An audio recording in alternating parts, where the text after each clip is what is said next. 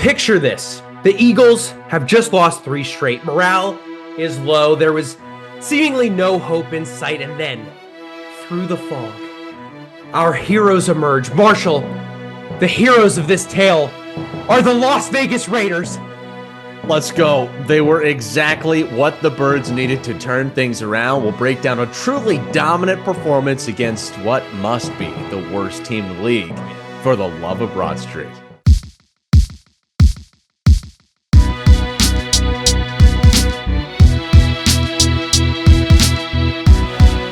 For the love of Broad Street, welcome back to the show. I'm Jake, that's Marshall. It's been quite a long time since we've had a easy, stress-free Eagles win. Yeah. But Marshall, that is exactly what we got last weekend. It was a 31-0 historic beatdown on Broad Street. The offense was clicking. The defense had maybe the best day that a Birds defense has ever had. And let's start with that incredible performance. And it really began, I think, with getting pressure again on the quarterback. 2 weeks in a row now, the Eagles managed to muster out some sacks or get some pressure that really made it difficult. Kenny Pickett was out there for the Raiders, of course, not a premier star or does have a Super Bowl ring, though. Does have a Super Bowl ring. I'm not sure who that was with, Jake, but the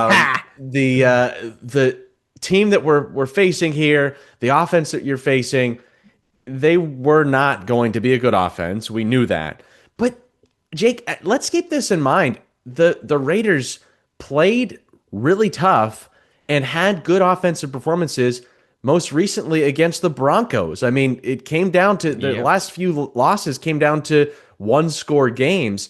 It wasn't like we were going in expecting a shutout, but that's what we got in this contest. What went right for the Birds this week? So you're right about the pressure up front, but I think we also have to talk about the coverage at the back end. Yeah. Listen, I'm going to put my hand up. I talked a lot of shit on Adoree Jackson. Yeah. And listen, I think it was deserved at the time. Absolutely. I don't think he was like, oh, there was something in there that we could. He was horrible. But whatever happened, he figured something out. Because the dude's been locked down the last couple of weeks. Even when we were losing, he was locked down. And, you know, maybe it was how we making all those moves that kind of like woke him up, said, I can't just coast here anymore. Right. I have to stick my nose in on these tackles. I have some competition in the room now. Whatever it was, I'm so glad it happened because he has been so good the last couple of weeks. First Eagles shutout since 2018, Marshall. And Jake, what a beautiful thing. I was at that game, actually. I looked back. It was the Commanders. And then Commanders in Washington. And it was the game that Nick Foles had 23 straight completions. When he was unbelievable. And did Fletcher Cox like blow that game up? Fletcher Cox had a crazy good game. Line. And it was, I think, a Nelson Aguilar touchdown in that game that really sealed it. That was also the last day of the season, if you remember, Jake, and we needed the Vikings to win in order to get into the playoffs, and they did so, and that was the double doink year. What a year that was. Yeah. But very similar, Jake, very similar time. This was 2018. The Eagles were coming off of a Super Bowl win in 2017 and had some shaky starts. I mean, you had a period of time during that season, if you remember, where Carson Wentz was the starter after Nick Foles started for the first few weeks. And then late in the season, it kind of got hairy. The Eagles went on a few game skid there, and then were able to turn it around and get into the playoffs. We can talk about this too, but they're in a good position right now in the league. And I don't know, how much does this win mean to you, Jake? Given that it was the Raiders, but it was such a dominant performance. That's what we got to talk about. So, like, I don't know if you've ever seen the stuff online that's like, oh, would Ohio State beat the Cleveland Browns? You know, that kind of. Right. I think that's a bunch of phooey. I think like the worst NFL team in history, maybe not in history, in the last like 25 years would spank the best college football team. Oh, You know, absolutely. even like practice squad guys, those are the cream of the crop in college. That's how the NFL works. So I do think that's a bunch of phooey. However, this Raiders team is pretty bad by Very NFL bad. standards.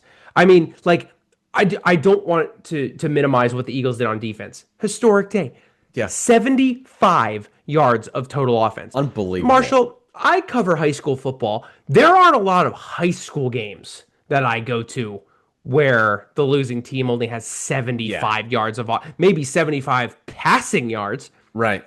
but not total yards, which is crazy. I Last think time they we kept them allowed below less. 50. Sorry, I think they kept them below 50 on the through the air too. I mean, this was like nothing at all. Yeah, so I'm seeing 64, Okay, 64 64. yards. Good grief. Yeah, which is just ridiculous. But last time that the Eagles allowed less than this was 1955. Yeah. Which that wasn't even the same sport back then. You know what I mean? Absolutely Like they not. were doing, 95% running and like course. it was just a different game. No passing stats in there. Right. So this was a historically good defensive performance. However, I wouldn't get too excited. Yeah. I think we all came into this one going, our defense is solid. Top five in the league, in my opinion. Yeah. What I think we have to be cautious about is how much leeway we give this offense, Marshall. 31 points, didn't particularly look troubled very much, just kind of moved the ball. I don't know. It looked better game plan wise, I will say, from Kevin Patullo. I don't know how much of that was just this not being a very good team against us, Right. That's fair. That's fair. I mean, the Eagles, you look at the first couple of drives here. I think they had a punt in the first three drives. But after that, it was like score, score, score, score. just rolling the ball down the field. And honestly, the only drive after that, the Eagles retained the ball with Tanner McKee in the game. All of those who were waiting for Tanner McKee to show up on the stat sheet, he baby. did so, but in a different way than you might expect him to show up on the stat sheet or want him to show up on the stat sheet. But that was like an 11-minute drive. They get stuffed at the goal line. Or it might have been a 38-0 game. And Jake, you have to remember too, they kicked the one field goal, but that was absolutely a perfect catchable ball thrown to Dallas Goedert. Oh my God, yeah. Dropped. I mean, that's listen, I'm with you. I'm glad it happened in this game. Yeah, me because too. that's one of those plays that that happened to Mark Andrews in the AFC Championship game last year. Right. So Dallas, get it out of your system. I am completely fine with you dropping that ball. And I hope that's one of those things where, usually premier players, that happens once a season. Mm-hmm. Get it out of the way in that game. They can have it. I don't care. Yeah. But other than that little blemish, I mean, we were pretty darn close. The offense was perfect. Yeah, near perfect. You're right. And I think that the difference, Jake, was we didn't see forcing the ball to AJ. He only had 2 targets. He had two catches and a touchdown. A really nice touchdown, by the way. Finally lining up in the slot for once. It just felt like the scheme was different. And I'm curious, Jake. I want to hear your thoughts on this, because if you've been watching the Hard Knocks in season with the Eagles in the NFC East, one of the clips that I found most interesting this week was after that touchdown, Sirianni goes up to Hurts. They're celebrating, and Sirianni's like, "You better give credit to that scheme. You better give credit to that scheme." And Jalen's like, "I put it on a rope out there. I threw a seed to him. That's on me."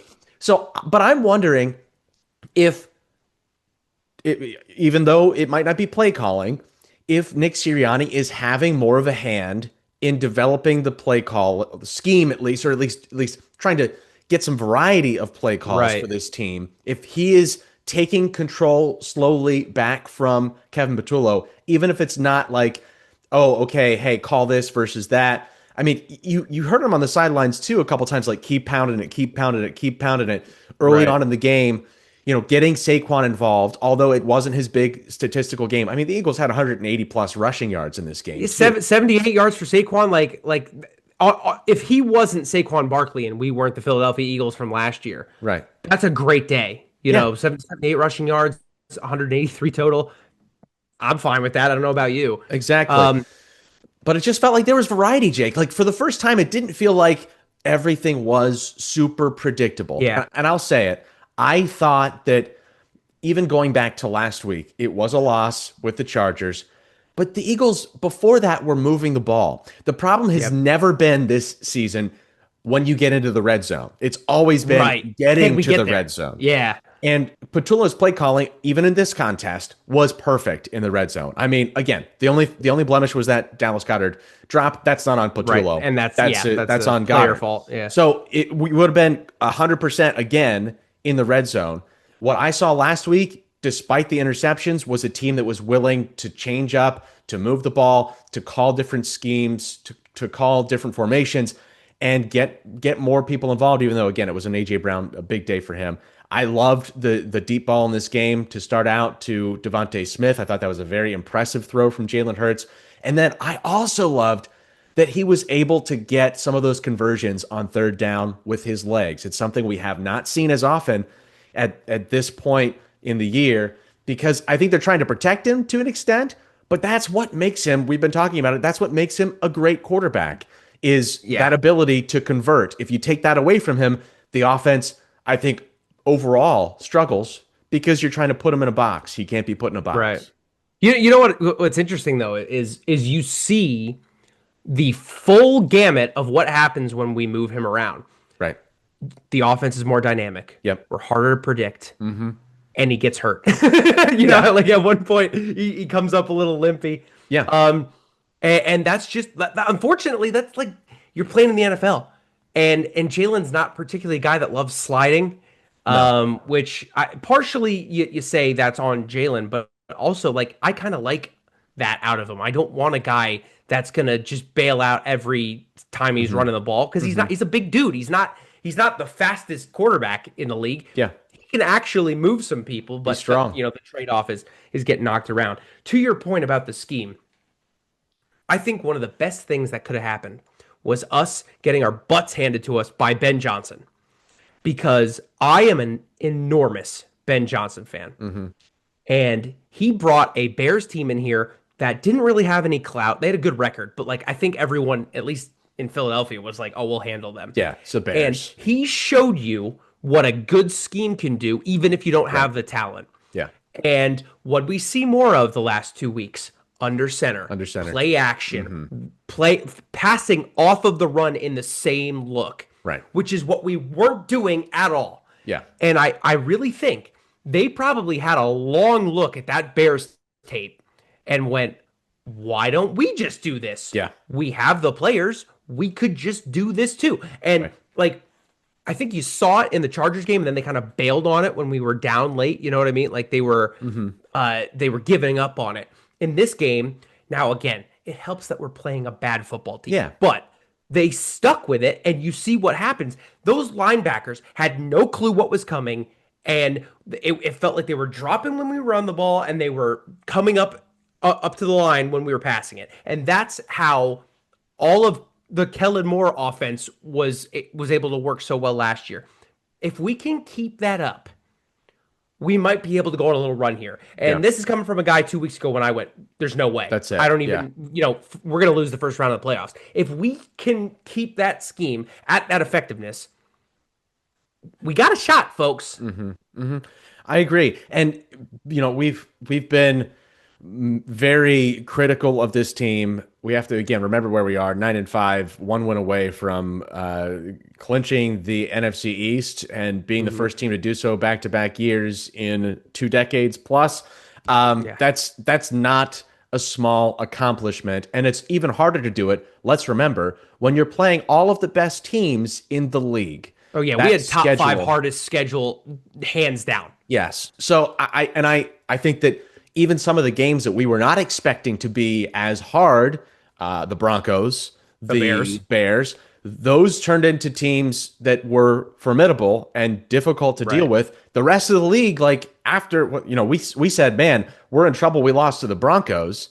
They haven't lost. Yeah, right. They've They just haven't been lost. rolling over everyone they've played since. So I mean, like keeping all of that in context here, Jake. I think that we have known for weeks the defense is going to show up. It's probably going to hold whatever opponent we have to under their average amount of points. Yeah, 21. I like if you clear Yes. 21, I feel like you can win any game with this defense. Exactly. And it's just, will the offense turn itself around, come back together? I think if this did anything else, if nothing else, it established a little bit more confidence for this team. It felt like they were just having fun. And the offense, man, it's just been long faces all season long on offense. Right. Okay, you've got now the Commanders coming into town, or well, going to Commanders. It's basically like coming into town because the Eagles travel so well. Yeah, yeah. But and they're not winning.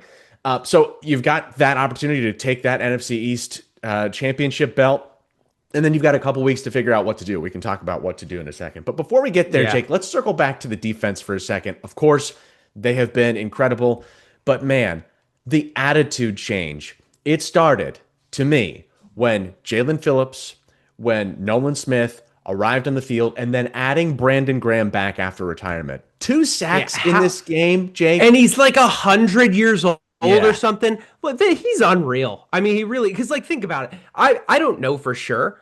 I doubt he was like working out a lot. You know, he's probably in the gym a little, but it's not like he was training like an NFL player. He's probably sitting on the couch. Yeah, I would think. Doing podcasts, actually.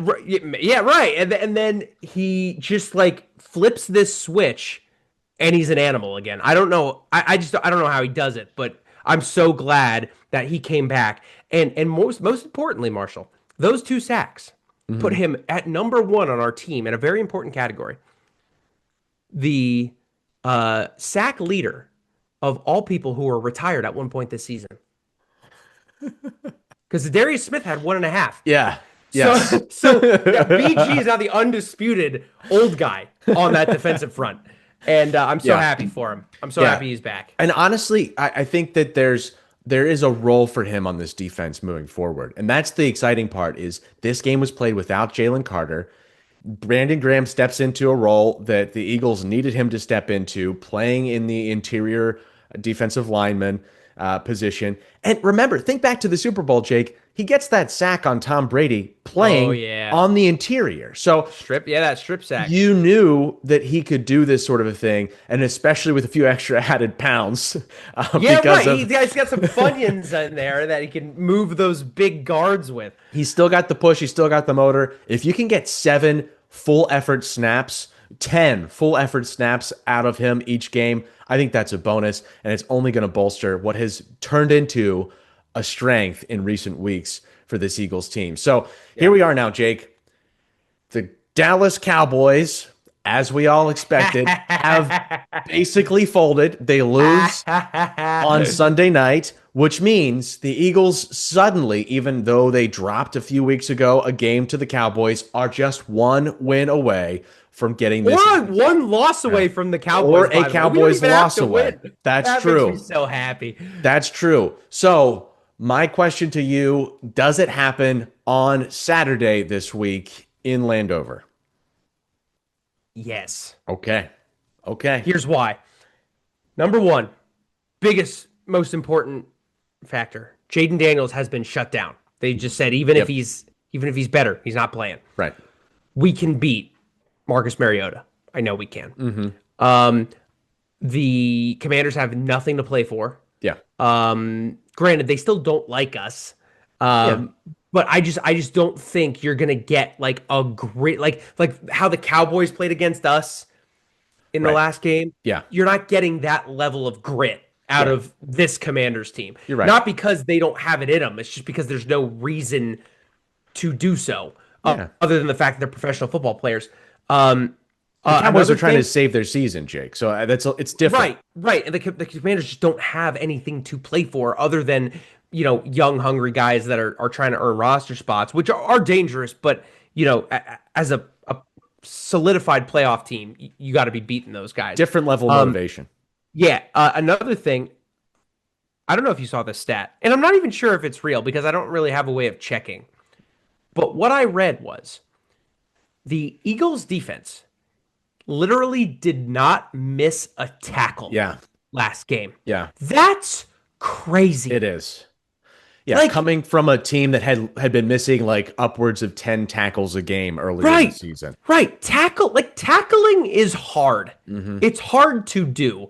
And it's even harder when the other guy is in the NFL. You know? Right. And unfortunately for NFL defenses, that's all of the guys that they're playing against. Yeah. True. They're all NFL football players. Turns out. So like that, if they can even like miss 5 tackles a game, that's like nothing. Right. 0 is a feat. If they play like that, this Commanders team doesn't have the weapons to just beat you. Like Terry McLaurin can do it, right? But Debo can't. Yeah. Unfortunately, let's just pour one out for Zach Ertz. It was a horrible injury, and he was he was my favorite player. That could be the end for him too, which is really tough to see. Yeah. But like he's one of those guys that could change a game. He's not going to be playing. Right. Again, Jaden Daniels isn't going to be playing. So it's just like, other than Terry McLaurin, you wrap up, this team's not beating you. Yeah. And Terry's going to be guarded by maybe Quinion, the best corner in the league. I think statistically up there with Pat Surtain. You know what's interesting? It's just like nobody even throws at him anymore. No. Like he gets like 3 targets a game. Yeah. Which is like at that point, you don't even have to like talk about if he's the best. They never even try. There's no stats to show because they just go, "Where's Quinion? Okay, we're going over there." And I don't blame them because the dude's locked down. But he's got to be, if he's not the best, he's top 3. Surtain might be the only guy I would say it might be better than him. Right. Well, Surtain gets the picks. We haven't seen Quinion really get the picks. But again, because nobody throws it at Quinion. People still pick on Surtain. Yeah. Quinion just doesn't even get the ball thrown at him. There's so it's hard to get interceptions. Zero separation for those receivers out there. And I'll say that tackling stat, Jake, that I think coincides with Nakobe Dean coming back into this lineup. I think especially in the run game, Nakobe has still been a monster here. Yeah, and man, we can't talk enough. He's not getting the kudos that he did last year, but Zach Bond, what an incredible play, dropping in for that interception against Bowers. I mean, just a crazy and, like, play. the broadcast was picking on Pickett. Like, that's just an amazing play. Yeah. He can't, like, when you're an NFL quarterback and you see a linebacker that far away, I throw that ball every time. Yep. Yeah, I'm throwing that ball every time because there's no way that linebacker gets back there. And Zach Bond is just like that move alone should have solidified Howie Roseman as the best GM in our history, modern era. Yeah, right. Football. Yeah, and forget about drafting Jalen Hurts, drafting Quinion Mitchell, picking up Cooper AJ Jean. Brown. Yeah, like he's just unreal. But that move alone solidifies him as, in my opinion, the best Eagles GM of all time. Because he was a nobody. Yeah. He was like some nobody edge rusher with the Saints. And Howie went, actually, you're a middle linebacker. Yoink. And Howie was right. Yep. He's amazing. Super right. And he's worth every penny he got this offseason. And that's hard to say because we gave him a lot of money. Yeah. I think so. Going back to this game for a second on Saturday, I think the Eagles have a significant advantage. If the defense can play as well as it has, we are looking at, I think a game that could end in the teens for the Commanders. Could be. Again, you're going to basically go into this game, I think, in double cover Terry McLaurin. I think that's going to be your go-to. I don't know that they have much to speak of in the run game. And Debo. They have Bill, which is my favorite name ever for a guy. I think his name's Jameson. Yeah. And they call him Bill. Yeah. You guys got to work on your nicknames, but it is funny. Yeah. And Debo really hasn't done too much for this team this year. And Zacchaeus is gone. So that's one big threat off of the table. He's the Bears now. So Zacchaeus was really carving us up last year. But this to me is like a perfect scenario because we talk about being able to clinch on Saturday. You have now basically settled yourself into that 3 spot, Jake. There's been some Right. statistics out there. The Eagles have like something like a 40% chance to get to that 2 seed, but they need a lot of help. Actually starts as of recording tonight Right. with the Seahawks and the Rams. Rams. That's got to go their way. But I think that you are, I mean, 1 seed's almost out of the question. And you're in a spot where, you get to a certain number of wins. You'd be at 10 wins. You wouldn't necessarily Right. need to win the final 2 games. You are probably Sure going to don't. be the 3 seed. So here's my other question. We can do our predictions for the game in a moment, but here's my other question to you, Jake, is do you want to sit your starters for weeks 17 and 18 of this NFL season? Uh, I I don't know about all of them, but Okay. many of them. Yeah, Particularly like we're away at Buffalo, right? We're going there. I believe so. Yeah, Is that I a believe thing? so. You I don't could be wrong. want your starters playing in Buffalo if they don't have to. Right. Um, Yeah, it's in Buffalo. not like it's much colder there, Hmm. but it's colder. Yeah. And like it's just that's a tough team. Not having to win that game, not having to play your important guys in that game is huge. Yeah. Because like that last home game against the Commanders, I honestly say play a couple of guys. So because you want them in some form of readiness for the playoffs. You don't really want to Yeah. sit everyone for two Get them straight out there weeks. for a It's not quarter, usually maybe. Yeah. right. And I don't think there's a lot of guys on the Commanders that are A, like super threatening or B, dirty. Hmm. Maybe Luvu would maybe put his, Right. Yeah. head down on a couple people. But other than him, like they're not a dirty team. Yeah. And again, they don't have a lot to play for. Like the Bills might get chippy because they probably are going to need that win.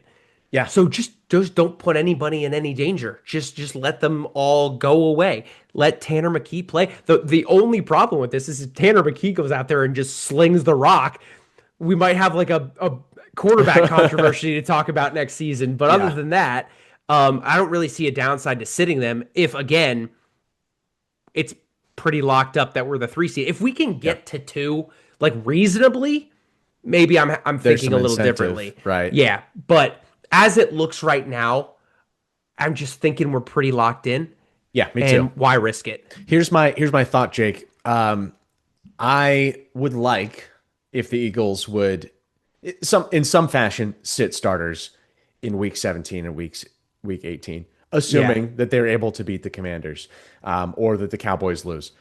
Especially if the Cowboys lose, because or I would love if the that. if the Eagles lose, let's say, and the Cowboys lose, then you're really in, I think, Then a you're locked. position You're where locked in at 3. That you're would be you're sitting yeah, everybody. You're yeah. sitting everybody to me, or close to everybody.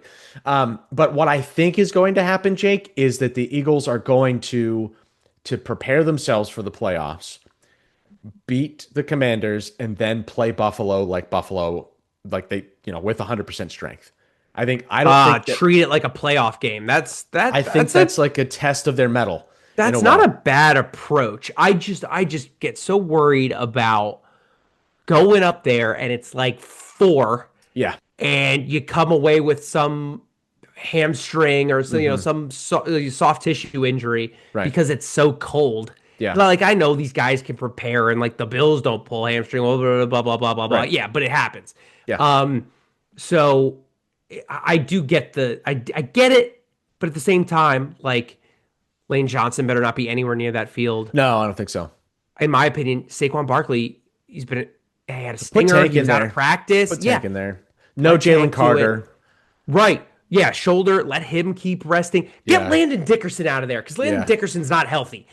And Right. like I know he's like just tough as nails and has been playing. Just make him sit, Nick. Like Yeah. don't let him pick because obviously Landon's gonna be like, I'm playing. Just say, no, you're not. Give me your helmet. Because Right. that dude needs a rest. And we can do it now. Right. In theory, we can just do it and it'll be great. So this if they do it on Saturday, Jake, would be the earliest the Eagles have ever clinched an NFC East title under Sirianni, which is which wild. is crazy after all Considering how badly we've bashed them. we just had a 3-game slide too. So Right. think about I think it you speaks win more one to, of those. Yes, You exactly. win one of those, and it's like, Exactly. Then we'd be done locked in talking. already. Honestly, Yeah. if we had beat the Cowboys, that would have been the coffin, nail in the coffin for them then. But I think that speaks more to the state of the division. I mean, the Commanders and the Giants are just terrible. Isn't it crazy what 1 year does, Marsh? Like, Yeah. last year, we were undisputedly the best division in football. Yep. 1 year later, arguably the worst. Yep. I mean, maybe not NFC South. They're pretty bad. But other than them, we're pretty shocking. Close to the bottom. You feel for the Commanders because, like, without all those injuries, you're like, they're probably back to in a better not, spot. maybe not AFC or NFC Championship game, but close. Right. But like Dallas, nothing.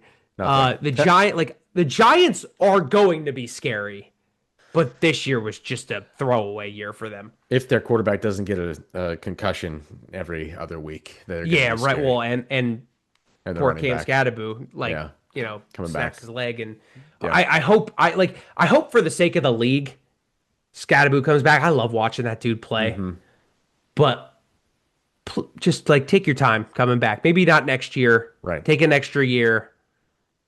Yeah. Don't pick on us.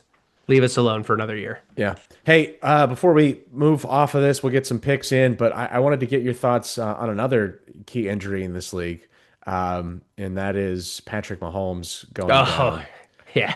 with an that's ACL. you It's the end of an era, really. Not necessarily quarterback moving, but that's an end of 10 years of Chiefs dominance.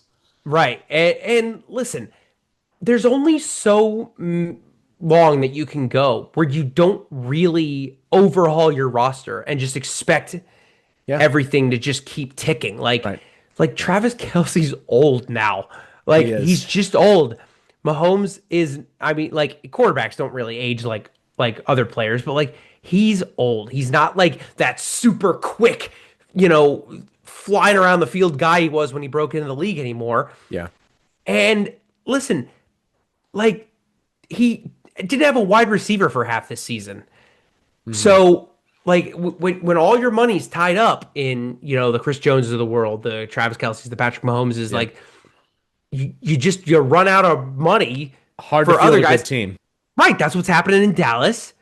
And that's just kind of the way it goes. And I don't think we can sit here and say like, oh, well, they should have done it differently because they won everything the last couple of years. So like, I feel for them. I don't like anyone getting hurt, but at the same time, it's like, maybe that's the kind of kick in the pants that the Kansas City front office needs to be like, okay, let's start bringing some new blood in here. Not at quarterback. I'm not saying Mahomes is washed. I'm not saying that. But around him. Yeah. Let's get a little younger. Let's get a little more dynamic because, like, even with Mahomes healthy, I saw this thing from some NFL beat writer that's like, this Super Bowl will have an asterisk because they didn't have to go through Mahomes and the Chiefs. Stop. I don't even know if they were going to make the playoffs this year with him. No. They're not a great team this year. It's not the same Chiefs just because the name's the same. Well, they didn't make it with him. He got injured in this game, the game they were eliminated in. I mean, they had to have a lot of things happen to even sniff the playoffs, Jay. Right, exactly. So, like, I just think that was a stupid take that was done for clicks. Yeah. Throw that all away. I am sad to see it happen. I don't like when anyone gets hurt. Like, I love when, like, what's happening in Dallas right now. Everyone's pretty healthy. Yeah. And they still suck. That's amazing. But yeah, it is the end of an era, to your point. Yeah. I saw Travis talking a little bit about it on the New Heights pod. And one thing that stood out to me about that, Jake, was he was saying, I hope that that Mahomes comes back, and I'm sure he's going to come back and be a really good player and a leader for the Chiefs. Just the way that he said for the Chiefs made me think. Not for us. Not for us. Yeah, that's a great point. That he could be hanging up the cleats and trying to move on with his life and go live with Taylor and do whatever they're going to do. At this point, like, okay, you had your run. I'm not saying you Hmm. should have retired this year because, like, in theory, they could have come back to the Super Bowl. Right. Right now, like, why would you put your body through that? You're getting married to one of the richest people on the planet. Right. Your team, like I said, like look around. Your team's not like it's not like, oh, we're ready to go again. They need an overhaul. So they're not going to be ready next year. I don't even know if they'll be ready the following year unless something really like they do something really Yeah. crazy. Um just go do your podcast, hang out with Taylor Swift. I don't see why he would come back other than just that like Brandon Graham like itch that Hmm. those football players get. Yeah. But short of that, just be done, man. You won everything. You're one of the most successful tight ends of all time, probably a Hall of Famer. You're good. You did So it. so in short, Jake, the takeaway here for me is the Eagles killed a dynasty. We were the last one Pretty nice. to yeah, and like an emphatic one, right? Yeah. It's not like the Patriots Super Bowl win where it was like, oh, if it was one more play or Right. whatever. No, we thumped them. Yeah. And Definitively. that was what ended it. Yeah. All right. Uh, let's get our picks in for this week. I'm taking Yes. the Eagles, of course. I'm going to say this one gets a little out of hand Ooh, really? for the Commanders. I'm going to say this is a 38 to Whoa. 14 victory for the Offensive Eagles. explosion. I think they continue the trend that we've seen. I think they keep the offense in for the entire fourth quarter, unlike they did last game, because they didn't need to. Um, we'll say the Commanders come back with a few touchdowns to keep it relatively interesting, but Mhm. Eagles pull away 38 to 14. I think it's comfortable, but not that comfortable. I'm thinking Okay. maybe 31-17. I think Okay. 31-17. Something like pretty solid, but not complete dominance, if Yeah. that makes sense. Just a solid win that allows us to bench everyone and nobody gets hurt ever again. Yep. Right? That's right. Never. Never again. Never again. Never again. Who do you like if the Eagles get in this three spot, Jake? Who do you want to face? That's a great question Hmm. because you know what? Like, this is the first time I've really thought this in many, many years. The NFC's more tough. Oh, it's stacked. Like, It's the, stacked. I feel like the last like 6 years at least, I've been Yeah. like the AFC's gauntlet. You don't want any part of that. Yeah. This year, it's the NFC, and it's not even close. No. I like, I mean, run down the list. Like, so you're not playing the Rams, Not obviously, playing the but like, Rams. You could play. Well, I don't think you're going to play the Seahawks. They're probably going to you're be not too gonna high. play the Seahawks first round. No. Um, But but I'm thinking you're getting to the Lions, Niners, Packers, Lions, Niners. Packers. Yeah. Yeah. Kind of your And three. like I don't really want to face any of those guys. Like No. I think Packers are the most winnable out of those. Right. You Parsons is already beat gone them. now. Yeah, you beat them at their place. They're gonna have to come to us. No Hmm. Micah Parsons because of talk about this week was horrible for injuries, by the way, Yeah. in terms of like star players. Um, but I think they're the most comfortable win. But it's not like it's gonna be like a cakewalk. It's probably gonna be another close game, and it's probably gonna be another snoozer like we got up there, where Yeah. it's a one touchdown game or a winning field goal or something crazy.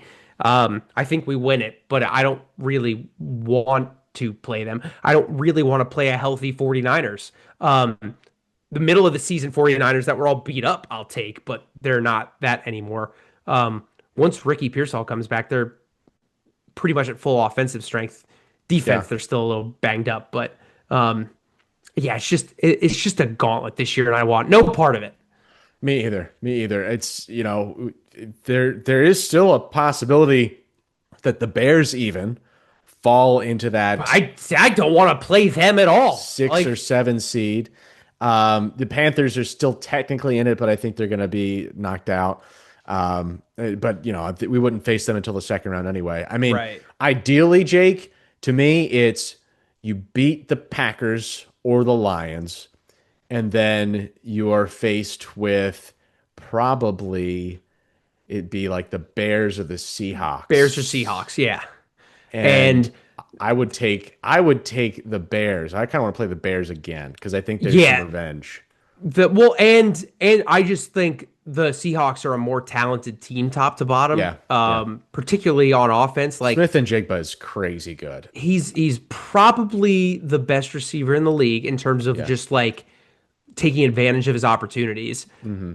And you pile that on with that like two-headed monster running game, um, great offensive line, and a good scheme to boot. The Yeah. Bears is like it's a good scheme with Hmm. some guys sprinkled here and there. It's not going to be an easy game. Obviously, we lost to them one time, but again, I think you're right. That fuel of just we're not letting these guys beat us again, Yeah. which you wouldn't have that same sauce against the Seahawks, Yeah. And you'd have to go to Chicago in that event if they which were the is 2 seed. awful. Yeah. Yeah. That would be Yuck. bad. Just assuming that one of the lower seeds would But better there, not win. better there than Seattle, honestly. Yeah, I don't want to go to Seattle, but we wouldn't, in no situation would we get to Seattle unless they're the 1 seed. Because we're gonna Right, be because they'd lower have than to. that. So Right. it's either like of the I road keep games that forgetting we'd have. that NFC West is just wild. Yeah, This year. of the road games that we would potentially have, looking at the playoff picture right now, it would be at Bears, at Rams, at Seahawks. I do not want to go to Seattle No, for sure. thank you. I will take the No, Rams. I will take the thanks. Bears. Keep me out of Seattle, please. Yeah. It's funny how it's like, no, give me the Rams. I would coming Yeah. into this season, you'd be like, no, you're insane. Yeah. But no, give me the Rams every single time. Especially with Devontae Adams going out. We don't know how Yeah, long right. he's going to be out That's for. a hammy. So it's like there like that. Them getting the 1 seed is huge now. Yeah. Because if you can get him an extra week of rest, he might be able to come back. Big might. Right. After that bye week. But again, that's the soft tissue injuries are awful. It's like you'd almost rather break a bone because you just know it's like 4 weeks. Boom. Right. Done. Right. It's like, oh well, I feel okay right now, but should we wait another week? Should we not? Should we try Especially it out? a player at his age too. I mean, he's not super young. Right. Now. Yeah, you don't want to be pushing that. No. But at the same point, it's like at some point, like when you're in the playoffs, what are you waiting for? Right. So yeah, it's a tough one. Well, we'll be talking about everything to do with the playoff picture, but we are going to move on to the Phillies right now. Huge week. Where GM Huge. Dave Dombrowski has been wheeling and dealing. We have a new outfielder, Jake. How about it? Adolis Garcia has signed a 1-year, $10 million deal with the team. All that talk we were doing about free agents, I just didn't really see this one coming. No, me either. And I'm not sad about it. No, not at all. Listen, it's not the same, World Series Adolis Garcia. Last 2 years, he's been a little touch and go. Last year, 227, 19 home runs. But you're getting him on the cheap, which is part of the deal, right? Yeah. That's good. If nothing else, listen, if he does this again, in my opinion, that's kind of the worst case scenario. I think that's like the floor for what you're getting out of him. If he does that again, you're getting essentially Nick Castellanos-like numbers. Yeah. But with a massive, massive, massive defensive upgrade. Yes. You're talking about a guy that used to be a premier center fielder that has moved to corner outfield. Huge arm. Like it's just an upgrade in every way defensively. Absolutely. With a similar bat at worst, if not much better. Yeah, big upside for him. I Huge. see again. I kind of see this as his baseline. That 227, 19 homers. Yeah. That's kind of a down year for him throughout the course of his career. I mean, he's not super old either. I mean, we're looking at all these other guys on the list, Jake, as we were going through the free agent options, and they were aging, right? They were getting to the kind of twilight of their careers, Jake. And this is not the case for Adolis Garcia. I think this was the best move that you could have made at this juncture, especially considering that this means really Bader, Casty are not going to be in the equation anymore. Almost. In fact, Dombrowski said, this is a quote, that the outfield is pretty well set. So I'm looking around and I'm like, we don't have a center fielder. So Crawford's coming in. Yep. And love that, hate that. That's what it's going to be. So Martian left. Crawford center, Garcia right. It's not a bad outfield. Yeah, It's listen, not. this is what this is the opposite of what it was last year. Like last year, you had these like established guys that you knew what you were going to get, but I don't think you could call it like dynamic, Right. right? Yeah. This is the opposite. Yeah. This is like if all three of these guys have an off year, it's going to be really ugly. But if all three of these guys like play up to where they could, this might be like the best outfield in the league, bar none. Yeah. It's one of those like wild swings Yeah. of what this season could be. And it's exciting. I don't know if I'm confident in that second scenario happening, but it is exciting. It's going to make the, like what I like to call like the dead zone between football and baseball a lot more bearable because like I'm going to be locked in on spring training now. How's Crawford playing? Does Garcia look fit and ready? I love that it's a show me deal. It's a like what, let's see what you got. Yeah. Don't get a guy like a Tucker Right. that you're big just gonna, splash. Yeah. right. Yeah, you're gonna just give him all the money and he's gonna have this fat cushy contract and let's see how he does. No, this dude's playing for his lunch money. And I like that because you see it with Schwarber last year. They know. They're like, I gotta put up or shut up, and they usually put up. Yeah. This is a thing, Jake. I was kind of in the mindset, really, and we've been talking about what the Phillies should do on the free agent market and should they trade away? What should they do with their assets here? I was kind of feeling like, you're going to lose and then you'll try to get like a close to equal replacement. But this to me feels like an ad, especially coming off a week in which they re-signed Schwarbs. Now it's like that's another big potential power bat in a lineup that late in the season was, especially from those corner outfield spots, not getting a lot of production. And a right-hander, too, which is important. Because, like, we know this lineup's just stacked with lefty, especially we brought Schwarber back. It's just a lefty power-heavy lineup. We get another right-handed bat. I think that takes a lot of pressure off Bohm. If Bohm stays, that's the fun part of this point in the offseason. Like, we don't know what the heck's going to happen. Right.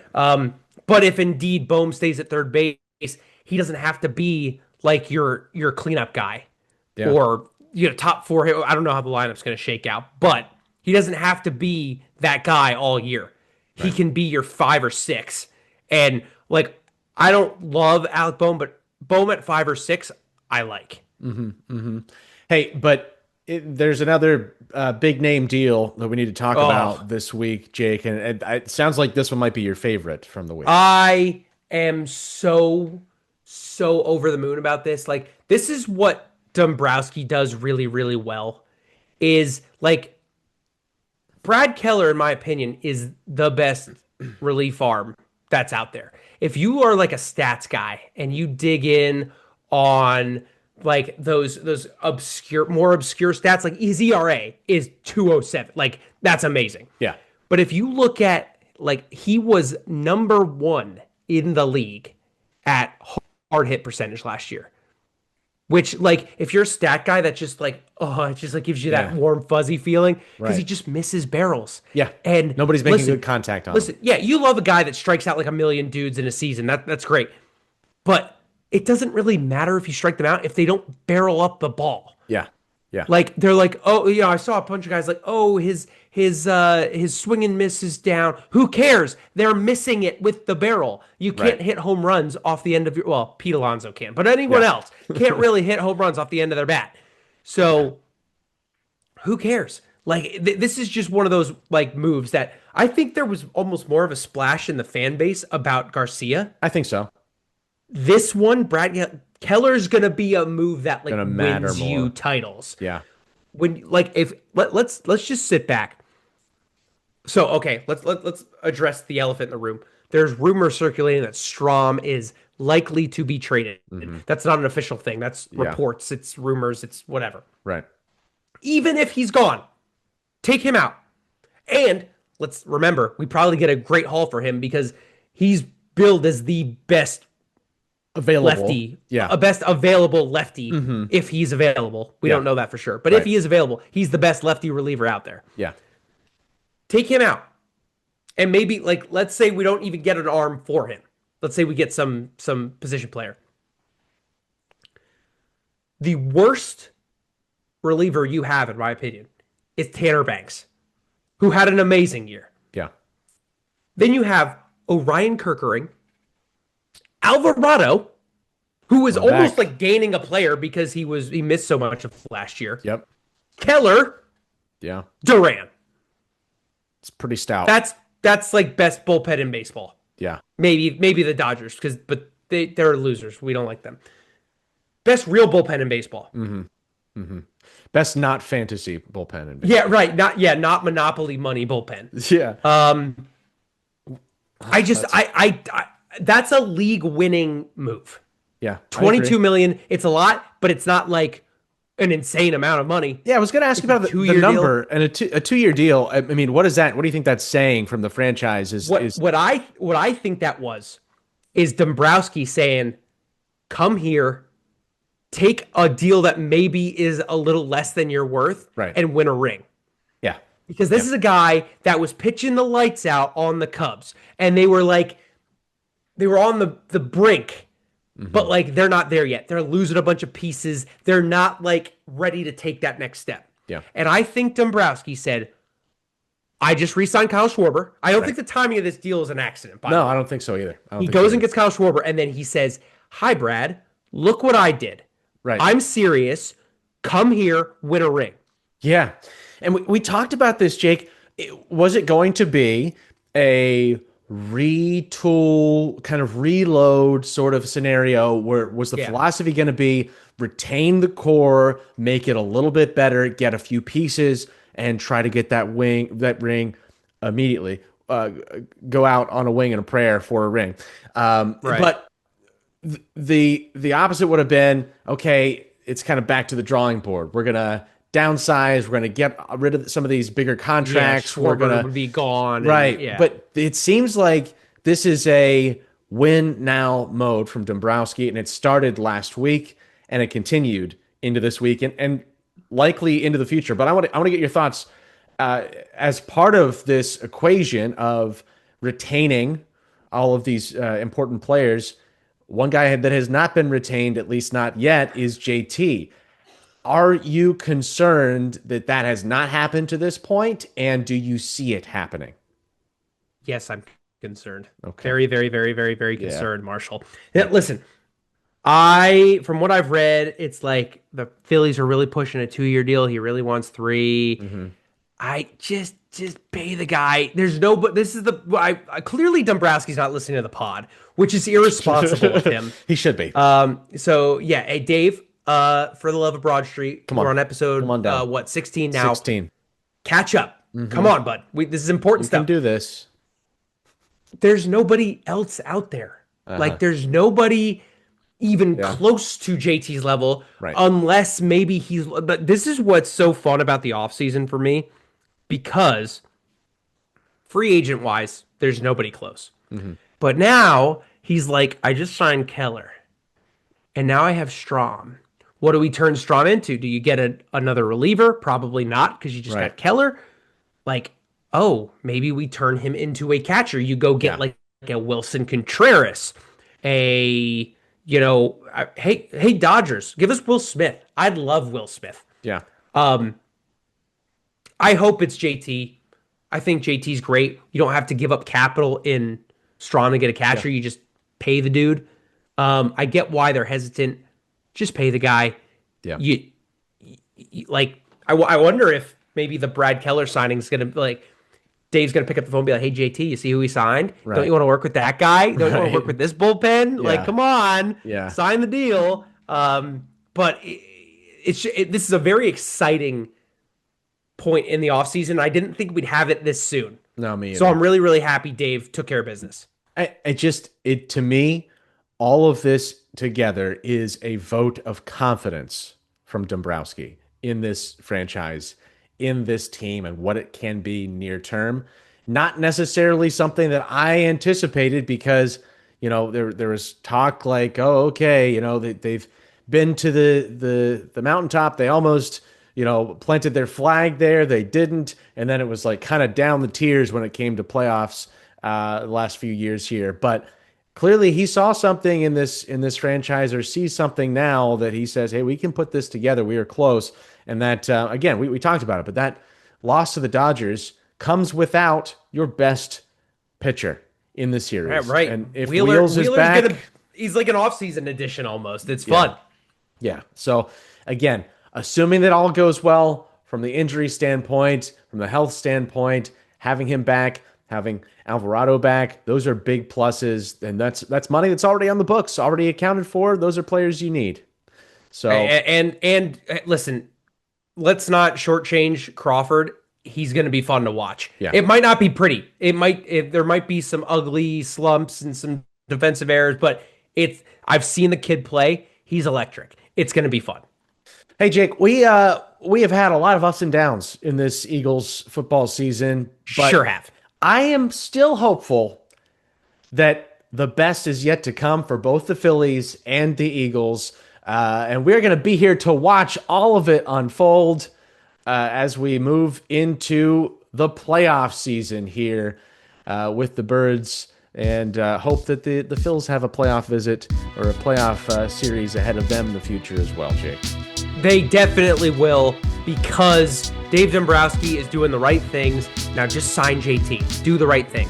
Do it. For the love of Broad Street, get JT back here. We'll be back here next week. We'll see you then.